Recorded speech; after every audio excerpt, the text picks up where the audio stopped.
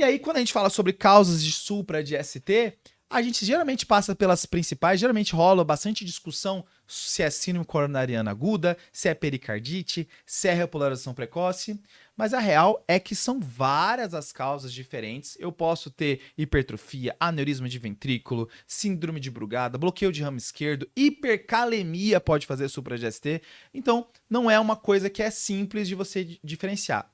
Então, nesse primeiro eletro aqui, o que eu queria dar foco é quando num eletro tem alterações sugestivas que falam assim, ó, esse supra aqui, ó, deve ser uma síndrome coronariana aguda, deve ter presença de isquemia.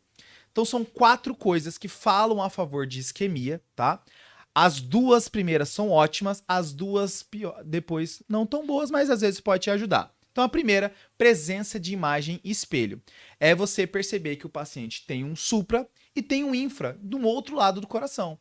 E aí rola aquele momento de, opa, peraí, se o supra quer dizer que fechou a coronária e o infra quer dizer que a coronária meio que fechou, será que o paciente está com 2 coronárias doentes, uma de um lado, outra de outro? Não. Aqui, essa imagem espelho é só o supra, ele tem um poder de vetor tão importante que ele acaba lá do outro lado, que está tudo bem, a acabar refletindo, sendo puxado e transformando num infra. Então, se você perceber aqui, ó, em D3, a onda Q virou onda R em AVL. O S e o supra de ST virou um infra em AVL. Então rolou uma alteração de força, e aí a gente sabe que só em D3 que existe doença. Ali na coronária que está irrigando D3. A coronária que está irrigando a VL não está doente, ela está só sendo atraída, puxada por causa do vetor, e aí tem o infra. Tem um trabalho bem bacana que eles viram os pacientes que tinham essa imagem espelho, fizeram a abertura da coronária, repete, e viu que mais de 85% dos pacientes, a imagem espelho some depois que você trata só a coronária ocupada. Então, de fato, ela ela é só uma questão vetorial e não é uma outra doença. E a imagem espelho, diferente daquelas outras coisas que a gente tinha mencionado que também fazem supra, é uma coisa que aumenta a nossa chance de ser uma isquemia, então causa conforto. Viu supra, viu infra, opa, peraí, eu acho que isso aqui deve ser isquemia mesmo. E aí, assim, ó, vou começar uma viagem aqui, tá? Começar uma loucura, um momento pra loucura aqui, assim, quase um momento, assim, dedicado ao Fred, aonde, devido a essa imagem espelho, rola um padrão, que é você ter uma elevação em D1, o supra de ST em AVL e um supra em V2 somente, e com uma imagem espelho em D3. Então é uma coisa que parece lateral, e aí em V2 sozinho fez supra, e aí esse é uma coisa chamada sinal da bandeira da África do Sul. É quase que um especial para a Copa, mas a África do Sul não foi classificada para a Copa, mas é só para a gente trouxer uma curiosidade, uma coisa que eu aprendi de eletro ano passado no Twitter e mostrando que uma coisa, eletro ele é bem dinâmico mesmo, o aprendizado.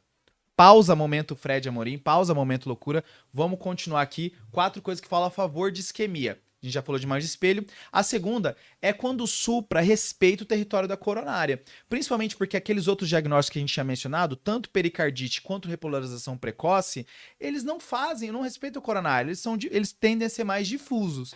E aí, quando você tem só supra, só num cantinho, só numa local que é respeitado pela palma coronária, aumenta a chance disso aquilo ser isquemia.